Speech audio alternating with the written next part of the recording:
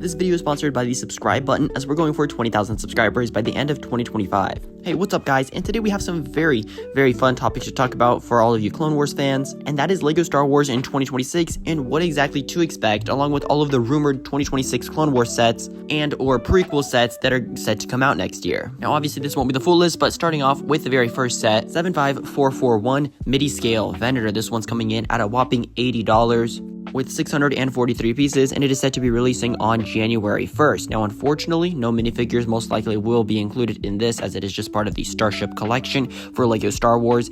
But it will go very well with the Invisible Hand from 2024. That was a good set. I think this mini-scale Venator will pair very nicely. Hopefully, they are somewhat to scale. And if you got the Invisible Hand, I'm sure you will likely be looking to pick this one up. It is releasing in January, so just a couple of months away. Same thing with this Shock Trooper mech here. This is going to be set number 75448 with a $15 price tag and 151 pieces.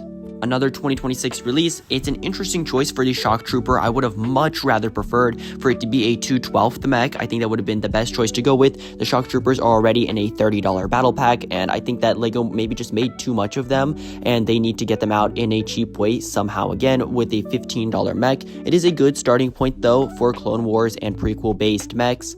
If you don't count the Darth Maul, of course, but if you're looking for more clone-based mechs, hopefully the Shock Trooper is going to be the beginning of more Clone Trooper-based mechs. We've seen quite a few original trilogy mechs, and we saw the Darth Maul this year, but hopefully we see more. Maybe we'll see a Commander Cody mech, maybe we'll see Commander Fox. There's so many opportunities for LEGO to put those expensive commanders into a much cheaper mech.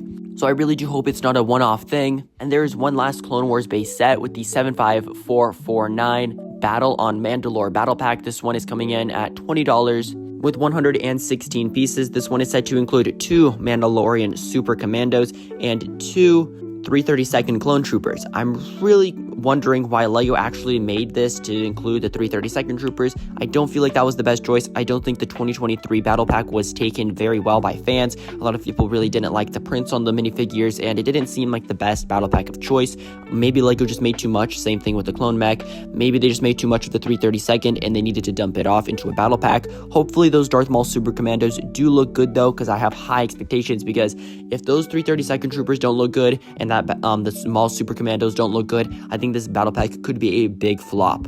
But those are all 3 of the Clone Wars sets releasing in January. Now, I do think that this past wave with the August sets are really great. I think there's a lot of good potential there. Unfortunately, the sets are really overpriced, which I really hope does not set the standard for the future with 2026. I mean, the prices seemed high even on paper with the MTT 900 pieces, Clone Turbo Tank with 800 pieces, and I think the tariffs did affect that a little bit. It seems like the tariffs are wearing off for the January wave at least right now. Obviously, the battle pack is going to be $20 as of the current rumor, not 22 or 23, so that's very good news. So the prices are going down at least a little bit as of the current rumor, and I'm just hoping that LEGO sees the response for the August wave sets. They know that the fans really are disappointed with the price and the quality that you're getting with that price. I think the sets are decent, but then just the quality of certain issues with the set are not there up to standard. So for the summer, I can really expect 2 to 3 clone sets, right? Like, I can't really see LEGO doing much more than that, especially since I hope they're going to try to make a couple of Rogue One sets. I want to see a couple of Imperial sets as well. I think that's definitely necessary for LEGO. And for May, honestly, we saw a bunch of 18+ sets this past May, so I think the chances of it being another 18+ filled May is pretty high. I mean, maybe we'll see 1 or 2 play sets, but other than that, I think that LEGO's gonna try to focus May on, like, since a lot of adults buy sets on the May the 4th celebrations, they're gonna want to make a ton of 18+ sets with the helmets, dioramas, hopefully come back. I heard a rumor that they should be coming back in 2026, so there's a big chance that we could see maybe 1 or 2 prequel sets in May, and then maybe 2 or 3 in the summer, and then the rest will be filled in with Imperial and Mandoverse, and maybe a sequel trilogy set or 2. Hopefully LEGO maybe fits maybe a Last Jedi set somewhere in there. I would love to see that. So the chances of us getting a ton of Clone Wars sets like we did this year are low. I think LEGO definitely went out with a bang, as they're going to focus more on Mando movie sets and maybe some other TV shows.